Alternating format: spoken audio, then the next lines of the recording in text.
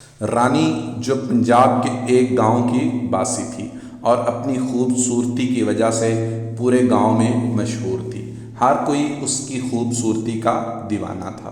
وہ زیادہ پڑھی لکھی تو نہیں تھی، لیکن قرآن پاک پڑھنے کے بعد وہ اکثر مولوی صاحب کے پاس درس کے لیے جاتی تھی کہ وہ اپنے پڑھائی کے شوق کو پورا کر سکے۔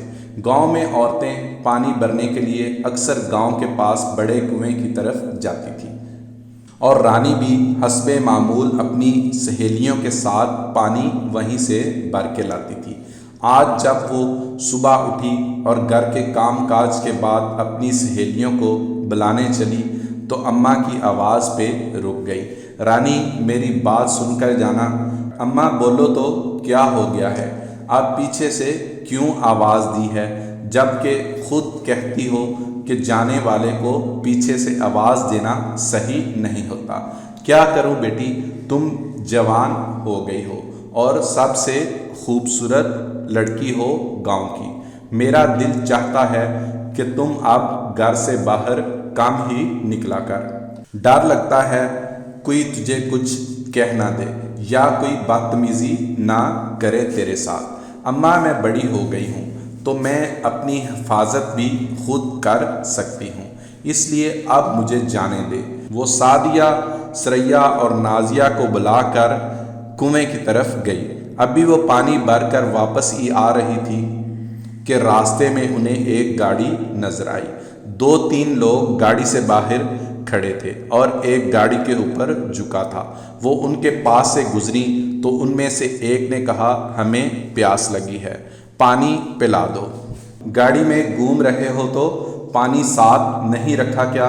رانی کے جواب پہ روشان بولا، ہمیں پتہ نہیں تھا کہ یہاں کے لوگوں میں ذرا بھی مروت نہیں ہے اور نہ ہی کوئی لحاظ، کسی راہ گیر کو پانی ہی پلا دیں۔ اس بات پر رانی نے روشن سے کہا، کوئی بوتل ہے تو پانی ڈال دیتے ہیں اس میں۔ روشن نے جلدی سے گاڑی میں سے بوتل نکال کر اس کی طرف بڑھائی۔ رانی نے گڑھے میں سے پانی اس کی بوتل میں ڈال کر اسے تھما دیا۔ روشن نے جان بوجھ کر اپنا ہاتھ اس کے ساتھ ٹچ کیا، جس پہ رانی نے اسے بہت غصے سے دیکھا اور سہیلیوں کو لے کر وہاں سے چل دی۔ روشن اپنے دوستوں کے ساتھ سردار احمد سے ملنے آیا تھا۔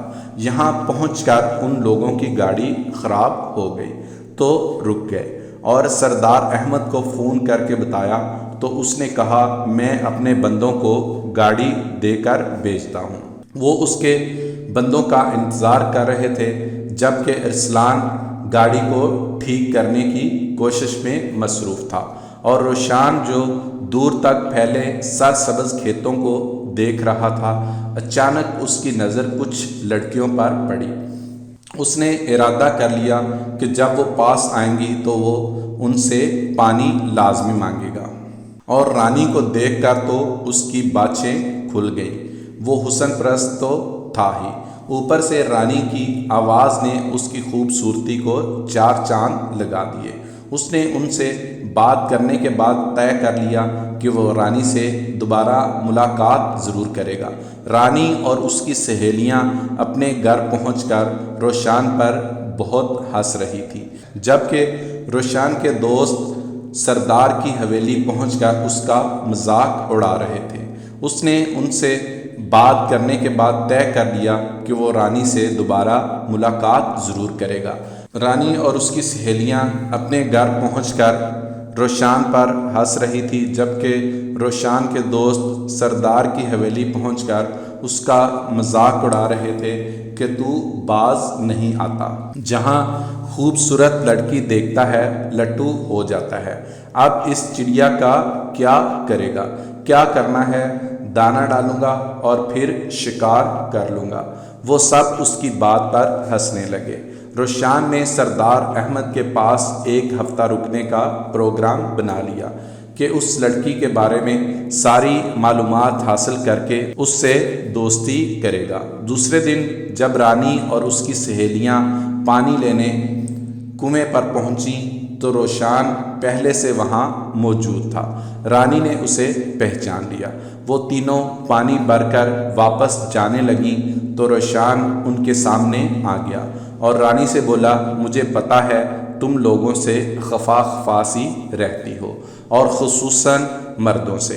میں ایسا ویسا نہیں ہوں، تم بہت خوبصورت ہو، اگر مجھ سے دوستی کر لو۔ اس نے ہاتھ بڑھایا جو رانی نے جھٹک دیا اور وہاں سے تیزی سے نکل کر گاؤں کی طرف آ گئی۔ رات وہ لیٹی تو روشان کے بارے میں سوچنے لگی، کتنی عجیب سی ہیں اس کی نظریں اور دیکھتا ایسے ہے جیسے اس نے پہلے لڑکی نہ دیکھی ہو۔ یہی سوچتے ہوئے وہ سو گئی اور ادھر روشان رانی کے بارے میں سوچ رہا تھا کہ کل لازمی اس سے بات کر کے اسے اپنے دل کی بات بتا دوں گا۔ رانی 2 دن بعد کنویں کی طرف گئی اور اس نے سوچا اب تک تو وہ شہر جا چکا ہوگا، آج وہ اکیلی ہی پانی بھرنے گئی تھی۔ پانی بھر کر جب وہ مڑنے لگی تو روشان اچانک اس کے سامنے آیا اور بولا، آج تو اپنے دل کی بات کہہ کر ہی رہوں گا۔ رانی ناڈر ہو کر اس کی طرف دیکھنے لگی، کیا کہنا ہے تم نے، جلدی بتاؤ۔ اور روشان اسے یہ کہتے ہوئے کہ تم مجھے بہت اچھی لگنے لگی ہو، اور اس کے بعد بہت قریب آ گیا اور رانی نے اسے پیچھے ہٹنے کا کہا۔ جب وہ نہ مانا تو رانی نے گڑا ایک طرف رکھا اور اسے کہا، تمہاری آنکھوں میں صاف نظر آ رہا ہے کہ تمہارا ارادہ کیا ہے۔ روشان مسکراتے ہوئے مزید اس کی طرف بڑھا۔ وہ دل ہی دل میں بہت خوش تھا کہ مجھے زیادہ محنت نہیں کرنی پڑی، وہ خود ہی رضامندی ظاہر کر رہی ہے۔ لیکن جب اس نے رانی کا ہاتھ پکڑا تو رانی نے کہا، تم یہ سب اس لیے کر رہے ہو کہ یہاں تمہیں کوئی دیکھنے والا نہیں ہے۔ وہ خباثت سے کہکا لگانے ہی لگا تھا کہ رانی نے اس کے پیروں کے تلے سے زمین ہی نکال دی۔ کیا تم یہ جانتے ہو کہ تم کسی کی نظر میں ہو؟ روشان بکھلا کر ادھر ادھر دیکھنے لگا، کون ہے یہاں؟ مجھے تو کوئی دکھائی نہیں دے رہا، کس کی بات کر رہی ہو؟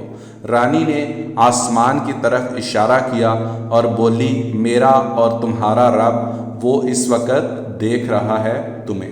اگر تم اس کی موجودگی میں اپنے گندے ارادے کو عملی شکل دینا چاہتے ہو تو میں حاضر ہوں، لیکن مجھے یقین ہے کہ میرا رب میری عزت کی حفاظت فرمائے گا اور تم ذلیل و رسوا ہوگے۔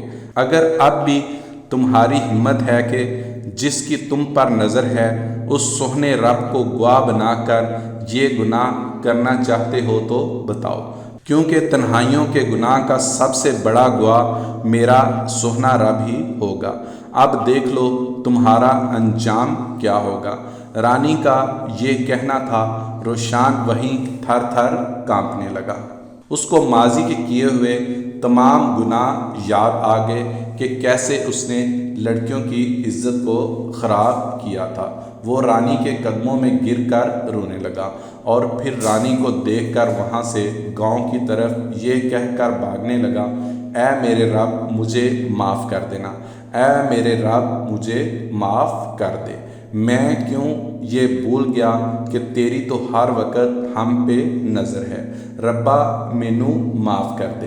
اور اس کے بعد روشان باقی کی زندگی گاؤں میں دیوانوں کی طرح گھومتا پھرتا اور یہ کہتا نظر آتا، تم اس سوہنے رب کی نظر میں ہو، ابھی بھی وقت ہے، معافی مانگ لو۔